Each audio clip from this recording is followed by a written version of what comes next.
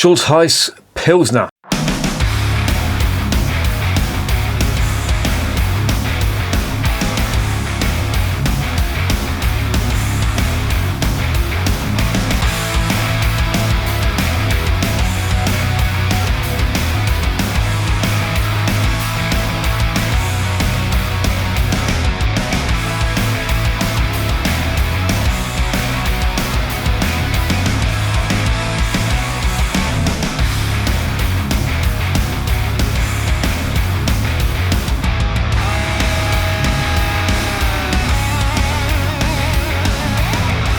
And remember, life is too short to be drinking shitty beer. Welcome to another edition of Bands, Bikes and Booze Reviews. I've got one here from the fatherland, and it is Schultheiss Pilsener. And this is from the Berliner-Kindl Brewery, which is based in Berlin, as the name would suggest. Now, Berliner-Kindl, for fuck's sake, Berliner-Kindl,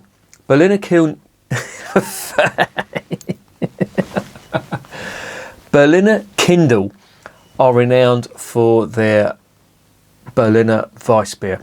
Now, Berliner Weissbier is very, very different from Bavarian Weissbier, in as much as it's a completely different flavour. The only thing it's got in common is that there is a wheat content in it.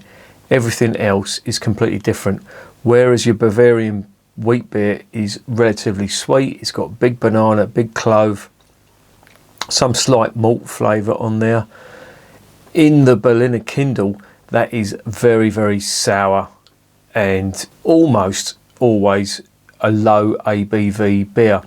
Usually it's mixed with a soft drink, so for example raspberry or something like that. It's basically the equivalent of a shandy.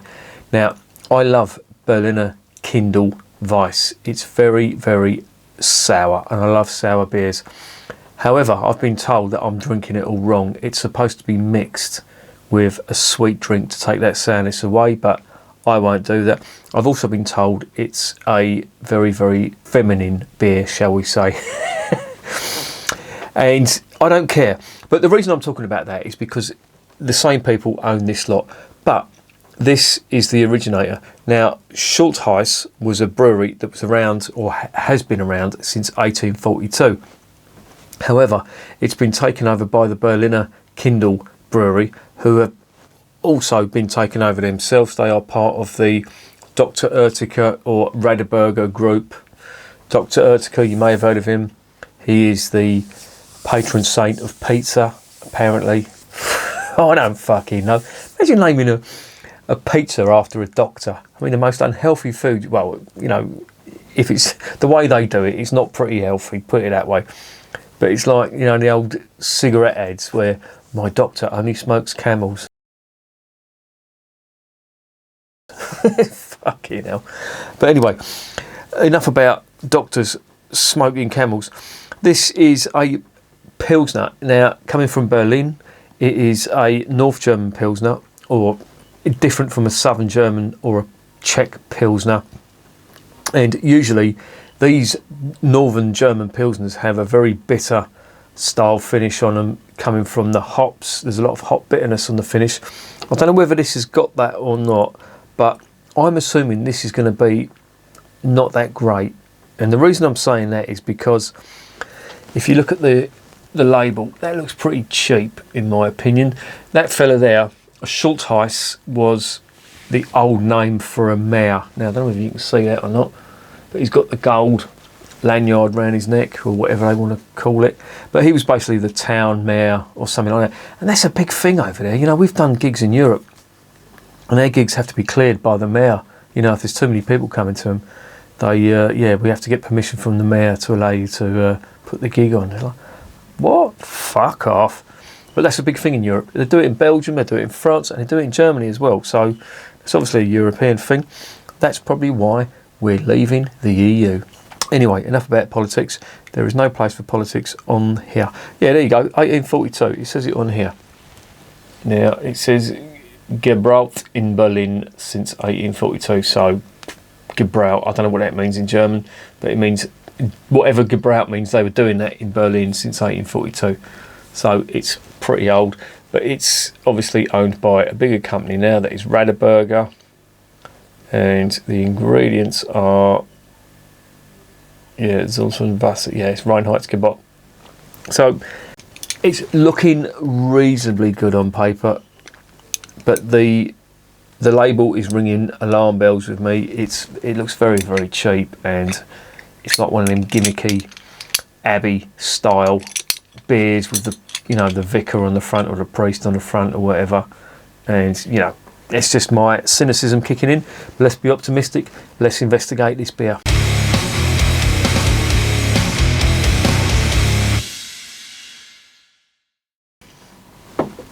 Right, 500ml bottle. It is a Pilsner.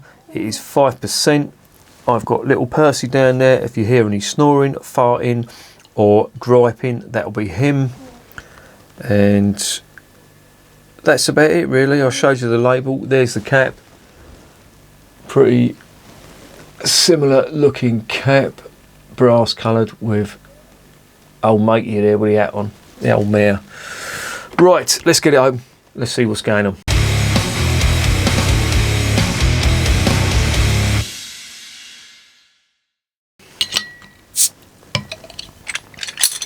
Right, this came from Beers of Europe. It was relatively cheap. I've not seen it on the site before, hence the reason I bought it. Drinking it out of a Pilsner glass. Let's get it into the glass.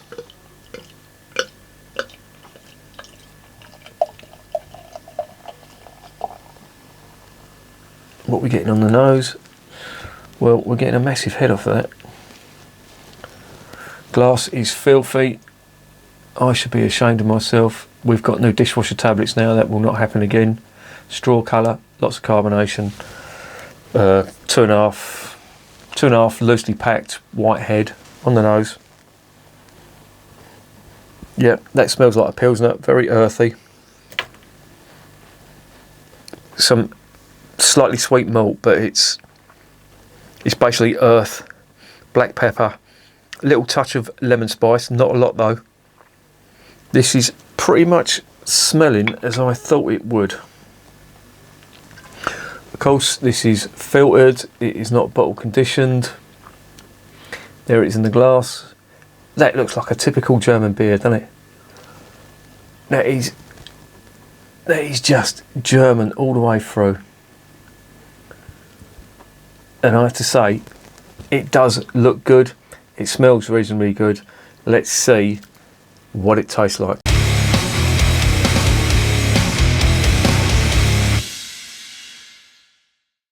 Prost, as they say in Germany.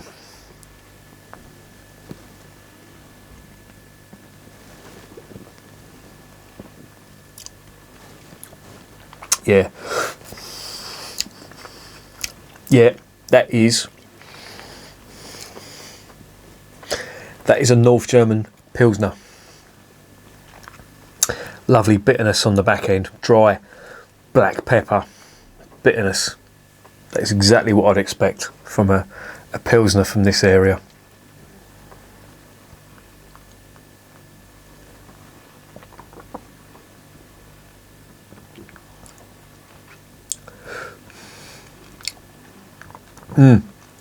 Quite nice. Oh, yeah.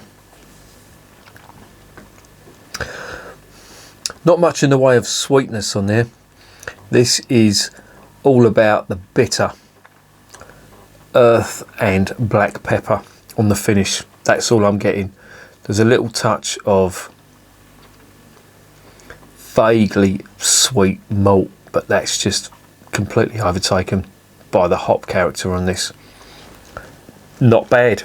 I had misgivings about it looking at the label. That's doing exactly what I'd expect from a Pilsner from that region of northern Germany.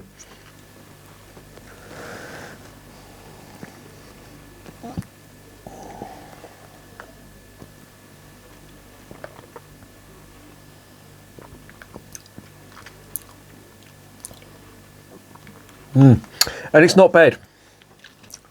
I quite like these North German Pilsners.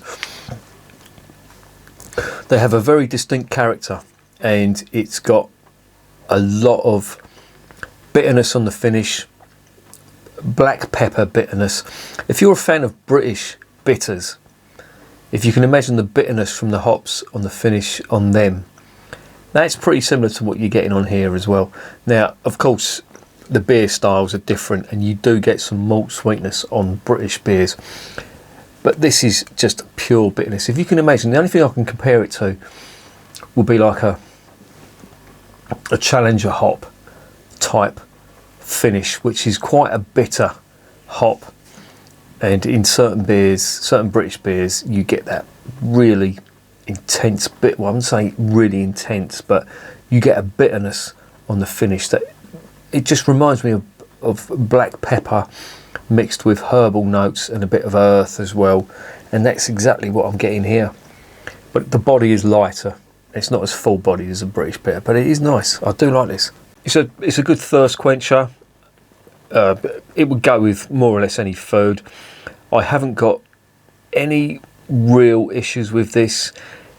It does exactly what I thought it would do, and no more. But it's okay. I don't mind this.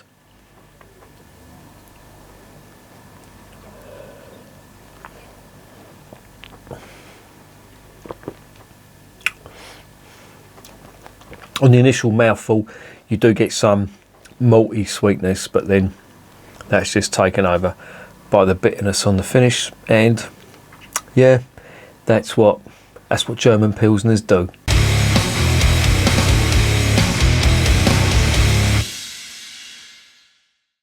So what's the verdict on Schultheiss Pilsner? It's pretty much what I would expect from a German Pilsner. I'm just looking at the way they've spelt that. That is different. It's usually spelt Pilsner.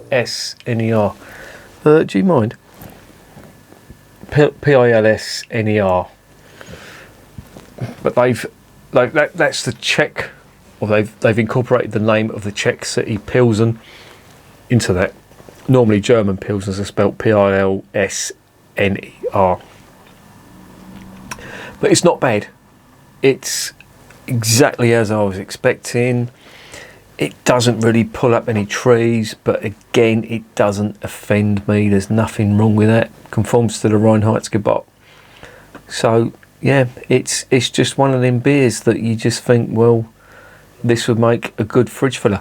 I think it was quite cheap as well. That was just over £2, I think, and yeah, I'd be perfectly happy paying that. It's very much in the Kronbecker, Warsteiner type mould, if you know what I mean. But it's okay, no problem at all. I would give that a 7.5 out of 10.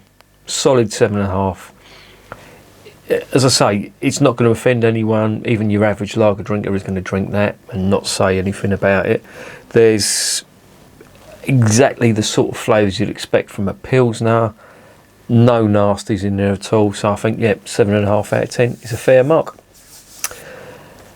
And remember, beer is working class champagne.